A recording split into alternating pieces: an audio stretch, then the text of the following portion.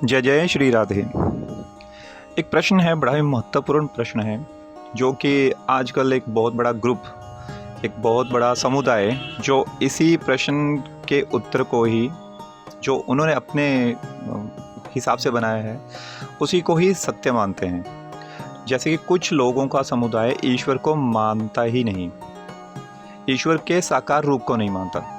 और वो कृष्ण जब साकार रूप में भगवान स्वयं आते हैं कृष्ण के रूप में, तो वो कहते हैं कि वो तो माया रूपी है, क्योंकि माया में भगवान प्रकट हुए और उसके बाद उनको कष्ट मिला और बाद में उनकी मृत्यु हो गई। इसलिए जो स्वयं भगवान होते हैं, ना तो उनको कष्ट होता है, उनको माया में अवतार लेने की कोई आवश्यकता नहीं होती और उनकी मृत्यु भी नहीं होती। लेकिन कृष्ण की तो ये सारी वस्तुएं हुई हैं, वो पैदा भी हुए हैं, उन्होंने लीलाएं भी करी, दुख भी लिया, गोपियों को याद करके हाय गोपी करते थे, उनको कष्ट होता था। उसके बाद उनके पैरों में तीर लगने से उनकी मृत्यु हो गई। कहने का अर्थ ये है कि वो एक साधारण मनुष्य की तरह प्रकट हुए थे और साधारण मनुष्य की तरह मर गए। तो एक बहुत बड़े लोगों का एक समुदाय ये भी वस्तु मानता है। वो बोलते हैं कि ईश्वर जो प्रकट होते हैं वो भी मायामय होते हैं। लेकिन ये वो लोग हैं जो गीता को पूर्ण रूप से मानते हैं। इसमें ये एक बड़ी हैरानी वाली बात है। हम भगवान को नहीं मानते, लेकिन हम भगवान की कही गई वाणी को मानते हैं। क्योंकि वो इसलिए मानते हैं क्योंकि गीता को ना मानने से उनका ईश्वरवाद समाप्त हो जाएगा। क्योंकि गीता को मानना ही पड़ेगा उनको, इसलिए ना मानने का प्रश्न नहीं उठता। अगर वो गीता को नहीं मानते तो वो तो ऐसे फेमस हो जाएंगे कि भाई ये तो एक्चुअली में भगवान को मानते नहीं, ये तो नास्तिकवाद है। इसलिए अपनी नास्तिकता को छुपाने के लिए वो एग्री करते हैं, हाँ भगवत गीता है, ये वाणी है, लेकिन ये भगवान की वाणी है जो कि कृष्ण ने आके सुनाई। और कृष्ण जो कि एक सिद्ध पुरुष थे, उन्होंने समाधि के द्वारा भगवान की कृपा जो प्राप्त की, तो उससे उनको ज्ञान हो गया, तो इसलिए उन्होंने अर्जुन को ये भगवत गीता सुनाई। ऐसे तथा कथित अर्थात मनगढ़ंत तथ्य वो आगे प्रकट करते हैं। लेकिन इसको हम एक बड़ी ही सरल सी उदाहरण के द्वारा समझ सकते हैं। आप स्वयं सोचिए, थोड़ा सा चिंतन कीजिए कि भगवान एक पुरुष रूप हैं। मान लो कि वो पुरुष रूप भी नहीं है, वो एक शक्ति हैं, एक ज्योति स्वरूप है, वो एक फॉर्मलेस है, उनके हाथ पैर कुछ अंग नहीं है ऐसा, और वो नित्य विस्तारित हैं पूरे संपूर्ण जगत में, एक शक्ति के रूप में भगवान हैं। अब आप सोचिए, आप अपने आप की उदाहरण लीजिए कि आप समझ लो, अपने आप को कुछ क्षण के लिए मान लीजिए कि आप भगवान हैं। ये समस्त सृष्टि है, ये आपने बनाई है और आपका कोई आकार नहीं है, अर्थात आप फॉर्मलेस हैं। ठीक है, अपने आप का एक चिंतन कीजिए कि आप ही भगवान हैं। इस उदाहरण को समझने के लिए वो आप चिंतन कर रहे हैं, भगवान है, सारी सृष्टि आपने बनाई है। तो आप देखिए, एक छोटी सी चींटी आपके सामने आपकी तरफ हाथ बढ़ा के वो आपको याद कर रही है।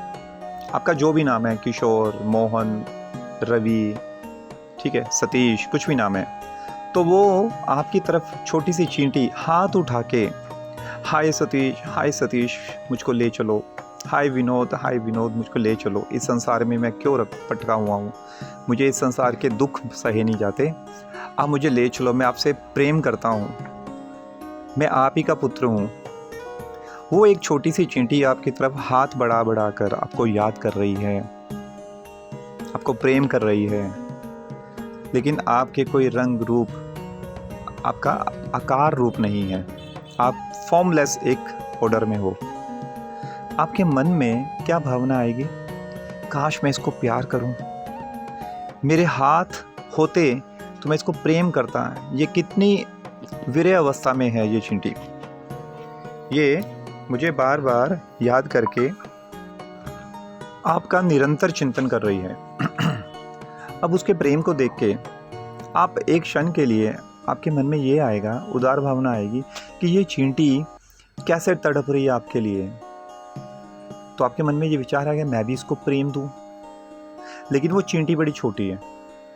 अब आपने अपनी इच्छा से क्या किया, अपने साकार रूप को, अब साकार रूप के तो हाथ होते नहीं, उसका तो मुंह भी नहीं होता, इसलिए उसकी जीवा भी नहीं होती, तो वो बात करने की लालसा आप में पैदा नहीं होगी कि मैं भी इस चींटी को अपना प्रेम दे सकूं, अपने हाथों से इसके सिर पे मैं हाथ फेर सकूं, इसको आलिंगन अपना दे सकूं, अर्थात मैं अपने गले लगने का इसको आनंद दे सकूं। आपके मन में भावना नहीं आएगी। तो आप जो कि एक निराकार रूप में हैं, एक फॉर्मलेस ऑर्डर में हैं, आपके मन में, जबकि आप साधारण से मनुष्य हो, तब भी उस साधारण अवस्था में आपके मन में ये भावना आती है कि मैं भी इसको प्रेम करूं। अगर आप एक साधारण सी और एक उदाहरण लें, तब देखते हैं जब आप मार्केट में कहीं कोई मिठाई लेने के लिए जाते हैं, जब कुछ भी है, आप देखते हैं छोटा सा पेट पूंछ हिलाता हुआ आपकी तरफ आता है, कुछ खाने के लिए मांगता है, और वो आपको प्रेम के लिए पूंछ हिला रहा है, आपका प्रेम प्राप्त करने के लिए। तो आपके मन में साधारणतया ही करुणा आ जाती है कि चलो मैं भी इसको कुछ खाने के लिए दे देता हूँ। कभी कभी होता है भिखारी, छोटे छोटे जो बच्चे भिखारियों के, वो भी खाने के स्टॉल के बाहर खड़े होते हैं और प्रतीक्षा कर रहे होते हैं कि यहाँ पे कोई ग्राहक आए और वो कुछ खाने के लिए लिए, तो शायद वो करुणावश उनको भी कुछ खाने के लिए मिल जाएगा। तो हम ज़्यादातर ऐसा कर देते हैं, हम बोल देते हैं कि भाई इसके लिए भी एक छोटी सी थाली एक रेडी कर दो। तो ये डिपेंड करता है करुणा पे, किस में करुणा है। इसी प्रकार ये तो है एक साधारण मनुष्य की बात, लेकिन जो भगवान स्वयं है वो तो पूर्ण के पूर्ण करुणा में है। यहाँ तक कि हम में तो करुणा कभी कभी जागती है कि हाँ, किसी की ज़्यादा ही दारुण अवस्था देख के, करुण अवस्था देख के, किसी की ज़्यादा गरीबी की अवस्था देख के फिर जाके हमारी करुण अवस्था जागती है। कभी कोई नहीं भी जागती, लेकिन भगवान जो कि स्वयं जो कि करुण वात्सल्य हैं, ठीक है, भक्त वात्सल्य हैं, तो क्या भक्तों का एक बार चिंतन करने मात्र से भगवान की जो दया, क्योंकि वो स्वयं दयामयी हैं, तो उनकी नहीं जागेगी, वो तो हमेशा ही दयावान रहते हैं। तो उनके मन में भी इच्छा होती है मैं भी अपने भक्त को अपना आलिंगन दूं, मैं भी भक्त को अपना प्रेम दूं, मैं भी भक्त को अपने स्वरूप के बारे में बताऊं कि मैं कैसा हूं, मैं क्या क्या कर सकता हूं, मेरा प्रेम कैसा है, मुझे क्या चीज़ें पसंद हैं और तुम्हारे लिए मैं क्या क्या कर सकता हूं। तो भगवान में भी ये इच्छा प्रकट होती है। तो उसी इच्छा के वश वे उसी प्रकार का रूप धारण करते हैं। वो उसी प्रकार का रूप धारण क्यों करते हैं? अब जैसे कि मैं उदाहरण ले रहा था, आप एक क्षण के लिए अपने आप को सृष्टिकर्ता मानिए और देखिए एक छोटी सी चींटी आपकी तरफ बाजू उठा के, आपकी तरफ आपका नाम लेके आपको पुकार रही है, आपके लिए विरह उसके मन में प्रकट हो रहे हैं। तो आप क्या करोगे? अब आप बोलो कि वो छोटी सी चींटी आपकी तरफ बाजू उठा के आपके लिए, आपके प्रेम के लिए चिल्ला रही है, तो क्या आप कोई अन्य रूप धारण करके जाओगे वो आपके उसको अपना प्रेम देने के लिए? अगर एक छोटी सी चींटी है, अगर आप एक कुत्ते बिल्ले का रूप लेके चले जाओगे, ठीक है, उसके सामने तो फिर वो चींटी छोटी की छोटी है। अब कुत्ते बिल्ले वाला शरीर उसको वो वाला प्रेम दे ही नहीं सकता। अब चींटी के रूप में चींटी को प्रेम देने के लिए आपको चींटी का रूप ही धारण करना पड़ेगा। इसलिए भगवान मनुष्य रूप में, मनुष्य को ही ये बुद्धि है जो भगवान के लिए आर्त भाव में भगवान को याद कर सकते हैं, और किसी भी शरीर में भगवान को याद नहीं किया जा सकता। इसलिए भगवान उसी मनुष्य शरीर में स्वयं प्रकट होते हैं और अपना आलिंगन देते हैं, भक्तों के साथ खेलते हैं, भक्तों के साथ विभिन्न लीलाएं करते हैं, भक्तों के सुख दुख में शामिल होते हैं। अब उनको प्रेम देने के लिए क्या करते हैं वो? अब मान लो अगर आप डायरेक्ट वो उस चींटी के सामने प्रकट हो जाओ कि देखो जी मैं भगवान हूँ, अभी मैं तुम्हारा रूप धारण कर रहा हूँ, अभी आपने उस चींटी के सामने चींटी के रूप में आ गए। अर्थात अभी इसको वास्तविक उदाहरण के रूप में लेते हैं कि भगवान जो कि फॉर्मलेस थे, उन्होंने बोला कि चल मैं इसको प्रेम देता हूँ, मेरे लिए बहुत ज़्यादा विरह हो रहा है इसके मन में। अब वो उसके सामने भगवान फॉर्मलेस रूप में पहले तो उन्होंने अपनी एक मुंह बनाया होगा, जीभा बनाई होगी बोलने के लिए। फिर उन्होंने एक ध्वनि की होगी, देखो बच्चा मैं यहाँ पे हूँ, मैं यहाँ पे हूँ, मैं ही भगवान हूँ, तुम जिसकी आराधना कर रहे हो। तुम मुझे देख नहीं सकते, लेकिन मैं चाहता हूँ तुम्हें अपना प्रेम देना, ठीक है? इसलिए मैं मनुष्य शरीर में तुम्हारे सामने आ रहा हूँ। अब वो भगवान ने मनुष्य शरीर धारण किया और उस मनुष्य के सामने प्रकट होकर खड़े हो गए। अभी क्या उस मनुष्य की इतनी हिम्मत होगी कि भगवान को आलिंगन कर पाए?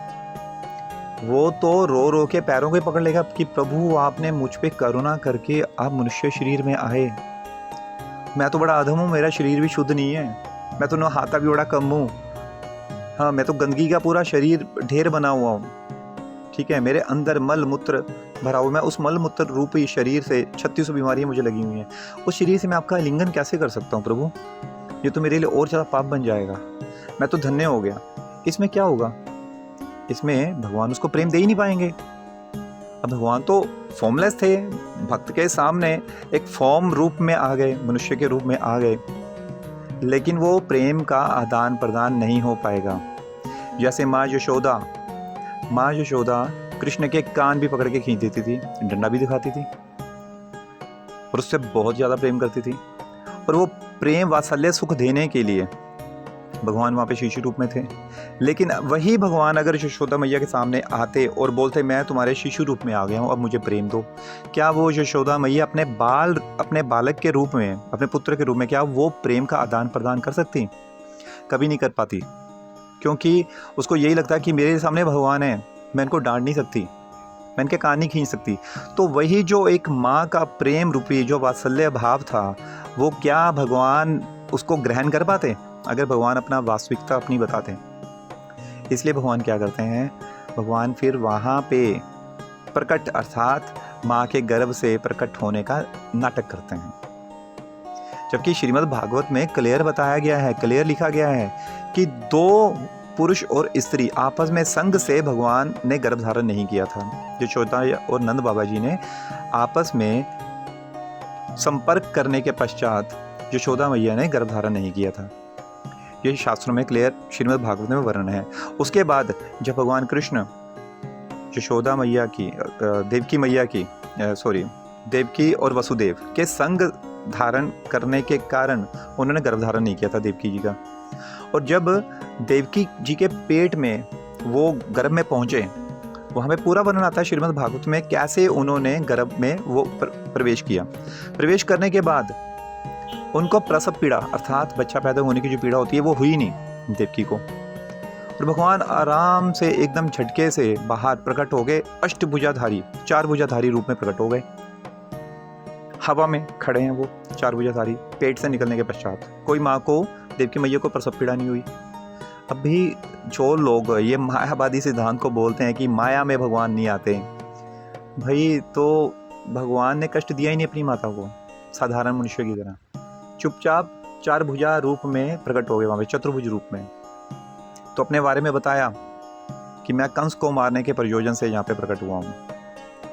तब उन्होंने प्रणाम किया देवकी और वसुदेव ने कि हम तो धन्य हैं, आपने भगवान स्वयं जो हमारे गर्भ में हमारे पुत्र रूप में प्रकट हुए हैं। तब क्या किया भगवान ने, चतुर्भुजधारी भगवान ने क्या किया, उनके ऊपर अपनी माया के साथ पर्दा डाला ताकि ये भूल जाएं कि मैं भगवान हूँ, और साधारण से पुत्र बन के उनके हाथों में लेट गए। उससे पहले वो आज्ञा दे दी थी कि जाओ मुझे यहाँ पे छोड़ के जाओ। अभी उनके मन में विचार आया मैं पुत्र को कैसे बचाऊं। उनके मन में विचार आया, हाँ मेरे तो एक मित्र रहते हैं, मेरे एक मित्र ब्रज भूमि में रहते हैं नंद बाबा, अब उनको मैं सौंपाता हूँ। अब उनके मन में, जबकि ये तो माया का ही विचार था, कृष्ण की आज्ञा से माया ने ही विचार दिया था, अब उनके मन में ये विचार चल रहा है। इसी प्रकार जब भगवान जब प्रकट होते हैं तो उनको एक नाटक करना पड़ता है, नाटिका का एक हिस्सा बनते हैं कि वो पैदा हो रहे हैं। और इसी प्रकार मृत्यु का भी नाटक करते हैं, लेकिन उसके बीच में उन्होंने कब नहीं बताया कि मैं भगवान हूँ। हर जगह प्रत्येक स्थान पे उन्होंने अपनी भगवत्ता प्रकाशित की। जैसे समय को रोकना, समय को रोकने का बल किसी में भी नहीं है, ये सिर्फ भगवान में है। सूर्य की गति को रोकना, उन्होंने सूर्य की गति तक को रोका। और जब अर्जुन को गीता को उपदेश दिया, उसके साथ ये भी बताया कि इससे पहले मैं सूर्य के पुत्र विवस्वान को भी ये मैं गीता को उपदेश सुना चुका हूँ बहुत वर्ष पहले।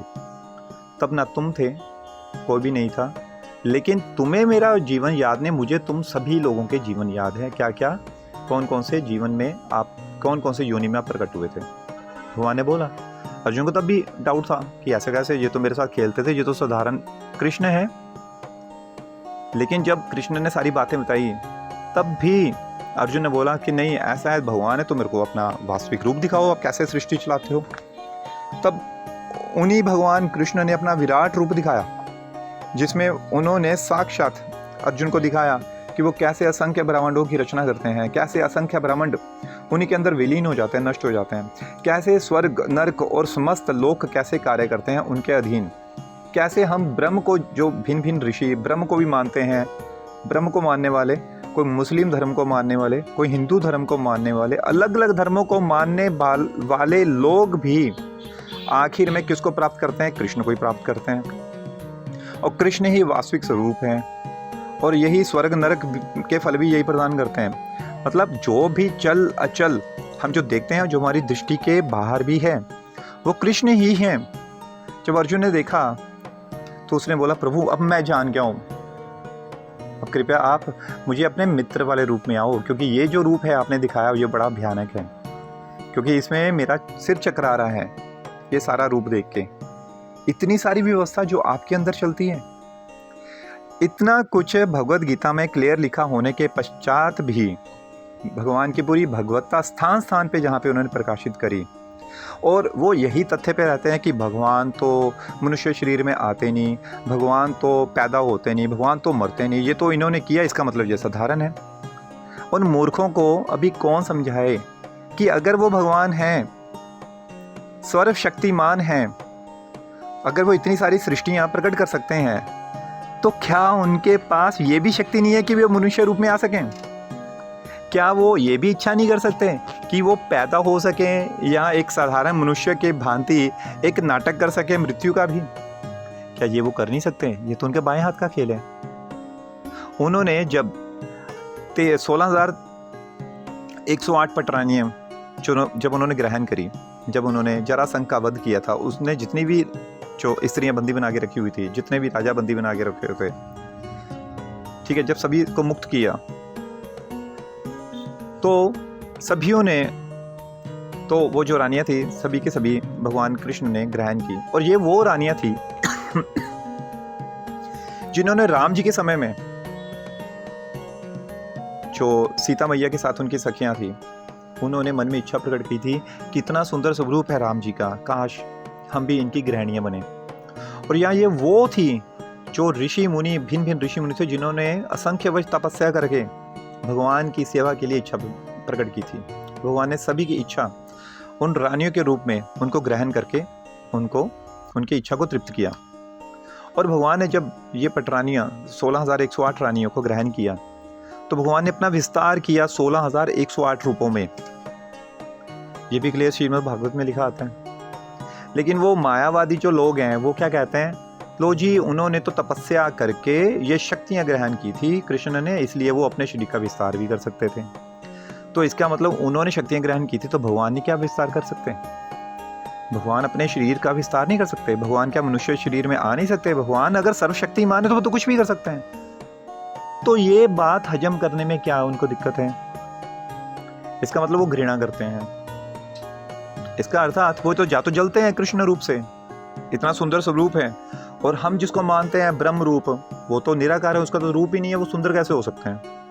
इसलिए वो अपने जो बनाए गए ब्रह्म रूप को, क्योंकि वहाँ पे उनकी थोड़ी सी कमी हो जाती है, इसलिए वो थोड़ा सा नीचे हो जाते हैं, इसलिए अपने आप को उच्च स्थापित करने के लिए वो इतने सुंदराकर्षक रूप को ग्रहण नहीं करते।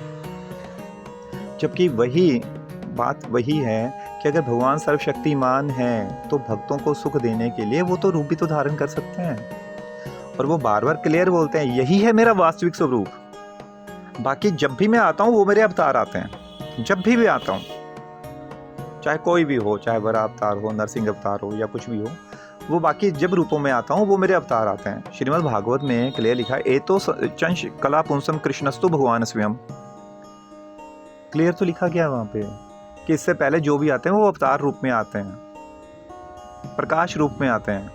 लेकिन जब कृष्ण स्वयं आते हैं तो वो स्वयं अपने वास्तविक रूप में आते हैं। वो ऐसे ही हैं, सबके चित्त को हरने वाले, सबको आकर्षित करने वाले, सबके हृदय को चुराने वाले, यही है वास्तविक रूप उनका।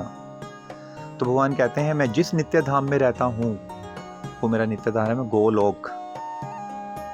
गोलोक धाम मेरा वही असली घर है, मैं वहीं पे वास करता हूँ। और ये सारे कार्य है, ये मेरा जो ब्रह्म रूप है वो कार्य करता है। अब ब्रह्म रूप का उदाहरण क्या है?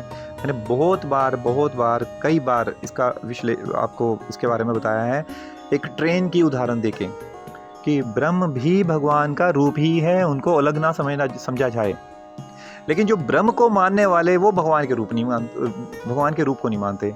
लेकिन जो कृष्ण भक्त हैं या जो शास्त्रों के अनुसार चलते हैं, जो एक प्रॉपर गुरु शिष्य परंपरा में है, मतलब वेल स्कॉलर्ड पर्सन, वो ये स्वीकार करता है कि भगवान का एक समय में साकार रूप भी है और उसी समय में भगवान का निराकार अर्थात भगवान फॉर्मलेस भी हैं। ये दोनों बातें वो भक्त जो हैं वो स्वीकार करते हैं। लेकिन जो तर्कों में फंसे रहते हैं वो भगवान की फॉर्मलेस फॉर्म को ही स्वीकार करते हैं, लेकिन भगवान की फॉर्म को वो स्वीकार नहीं करते, क्योंकि वो उससे घृणा करते हैं, जेलस करते हैं, जलते हैं। तो ये गलत है। इसलिए आप इस तर्क को थोड़ा सा विश्लेषण कीजिएगा तो आप इनको समझ पाएंगे अच्छे से कि भगवान का यहाँ पे प्रकट होने का क्या क्या कारण रहता है। भगवान का अगर सिर्फ यही कारण हो कि कंस को मारना, वो तो अपनी इच्छा मात्र से कंस को मार सकते हैं। भगवान ने वरदान देने, वो इच्छा मात्र से वरदान दे सकते हैं। लेकिन भगवान उन भक्तों के लिए आते हैं जो भक्त रसिक होते हैं और चाहते हैं भगवान के साथ लीला करने, भगवान के साथ खेलने के लिए, भगवान को वात्सल्य रूप में प्रेम देने के लिए, भगवान को सखा रूप में प्रेम देने के लिए, भगवान को माधुर्य रूप में प्रेम का आस्वादन करने के लिए, आदान प्रदान करने के लिए। तो भगवान उन भक्तों की इच्छा के वश में होके फिर भगवान प्रकट होते हैं। भगवान बताते हैं कि मेरा वास्तविक स्वरूप कैसा है, मैं ऐसा ही हूँ, ऐसा ही हूँ। जय जय श्री राम।